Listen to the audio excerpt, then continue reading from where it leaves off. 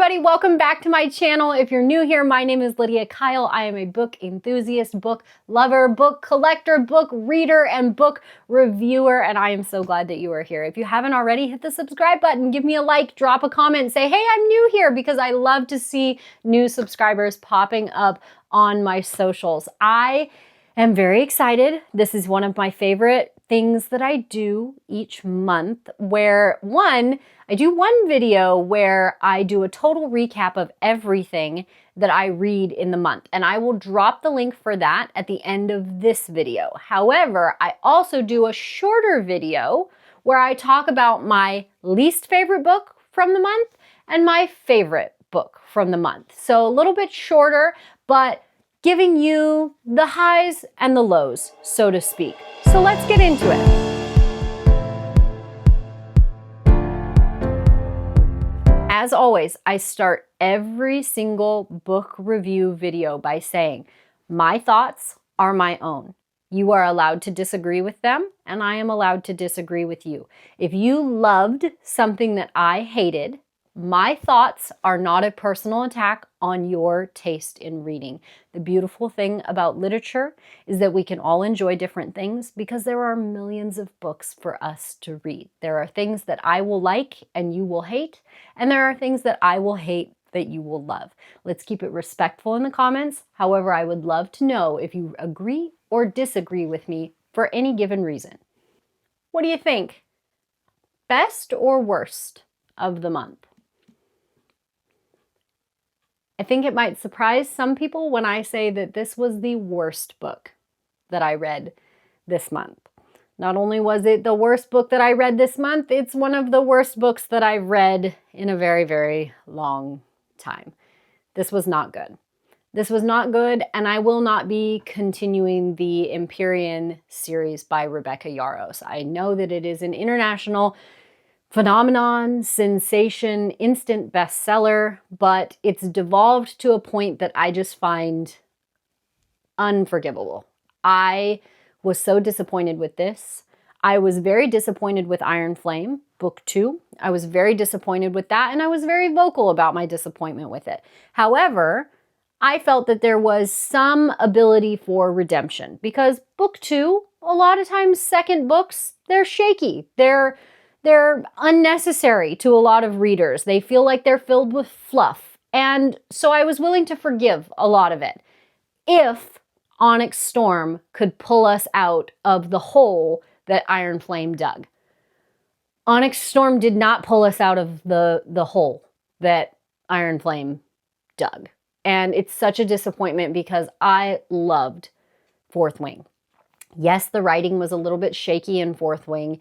Yes, it was very low high fantasy is one way of putting it. It's still high fantasy, but it was the lower end of high fantasy. Very approachable for a lot of people, especially if they weren't fantasy readers, and it had a ton of potential.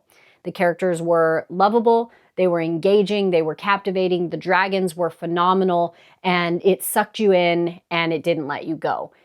And then it was just like we couldn't get past that first act. It was as if we left book 1 and we entered a completely different, nonsensical, unnecessary, tropey, poorly written world that doesn't even feel like it's the same anymore. To me, the characters don't even feel the same anymore. The characters have devolved so far that the characters in this book don't even remind me remotely of the characters that I was introduced to in Fourth Wing. The writing itself in this, I found it to be very careless. I felt the repetition of certain phrases and words was such a glaring error that there's no possible way that an editor allowed it unless it was strictly to achieve word count. How many times do we have to read the word onyx? How many times do we have to read that she drank him in as he stood in the doorway with his ankles crossed and his broad chest poking out with his crossed arm? I don't know. It just, it wasn't good. It wasn't good, and I didn't like it. and I will not be reading anymore. I felt there were unnecessary tropes. I felt that the world building, we spent time doing things that we didn't need to be doing, and then there were other interesting things that we could have been doing, and we spent no time doing them. Maybe that's intentional. There are a lot of people that believe that was very intentional. I do not think it was intentional. I think that this book was hard for Rebecca Yarros to write because she didn't want to write it. I think that Rebecca Yarros got herself in over her head with this series. I think that it could have been a respectable trilogy, but the fact that they've decided to turn this into 5 books and a TV show and who knows what else, and all of the marketing is so good, and we've got 47 different editions with different sprayed edges and all of the things. I think Rebecca Yarros is in over her head. I think that Fourth Wing had so much potential, and now the author is burnt out, in over her head, and unable to deliver what fans really thought was possible. I know a lot of people will disagree with me on that. I know there's a lot of people that really loved that. But again, that's the beauty of these. Rebecca Yarros will always be a best-selling international sensation when it comes to being an author because of these books, even if I didn't like them. That doesn't change the fact that she's going to continue writing this series. This series is going to make her and her publisher millions and millions of dollars, and it will be some people's favorite series that they've ever read in their entire lives. But it won't be mine, and they won't be getting any more of my money. Best book that I read this month. I was torn between this and Nevernight. Nevernight was good. Nevernight made me uncomfortable, though. I will say, Nevernight made me uncomfortable, though, and I am a huge Jay Kristoff fan, okay? Jay Kristoff will never let me down when it comes to writing a story. Holy smokes, that man can write a book, okay? But it made me uncomfortable, and that's why I chose Half a War by Joe Abercrombie. This is book 3, the final book in the Shattered Sea Trilogy. Book 1 and 2 are these. So book 1 is Half a King, book 2 is Half the World, and then book 3 is Half a War. These are, in my opinion, young adult fantasy.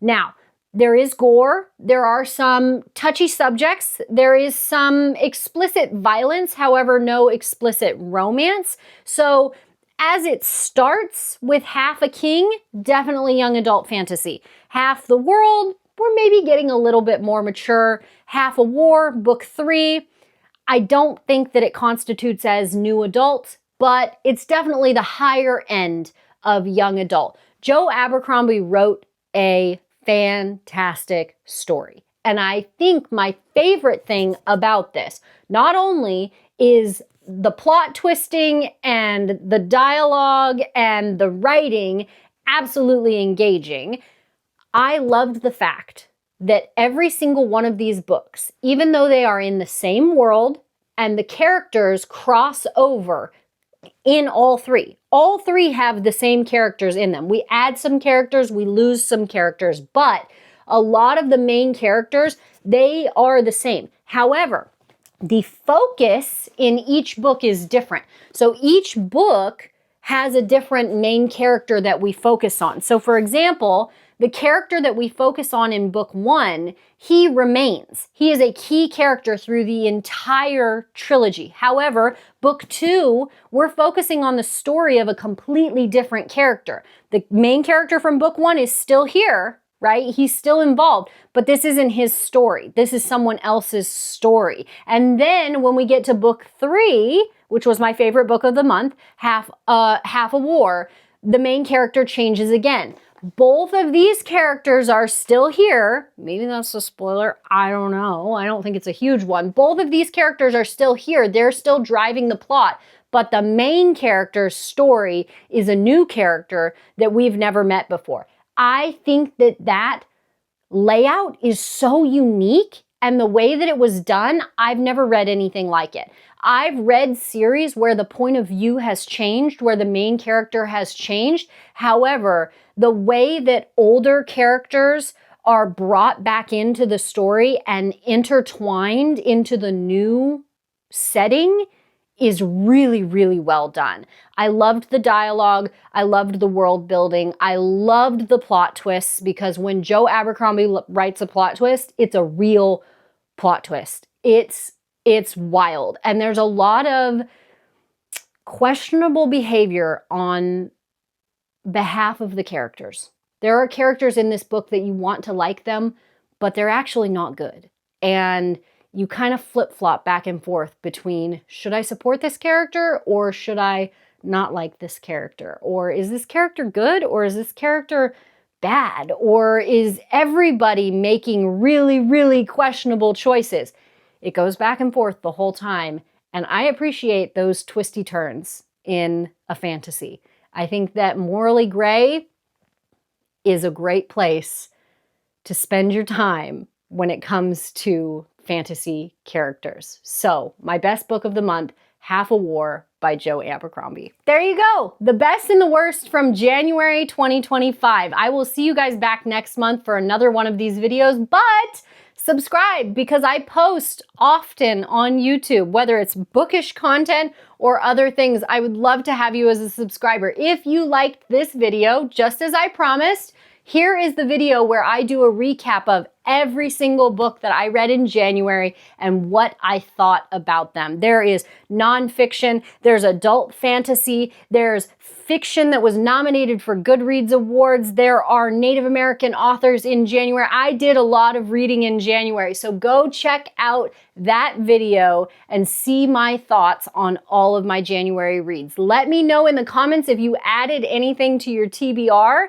based on this video, and hit the like and the subscribe. Share this and tag me. My handle is the same on all platforms as it is here, and I can't wait to see you back next time.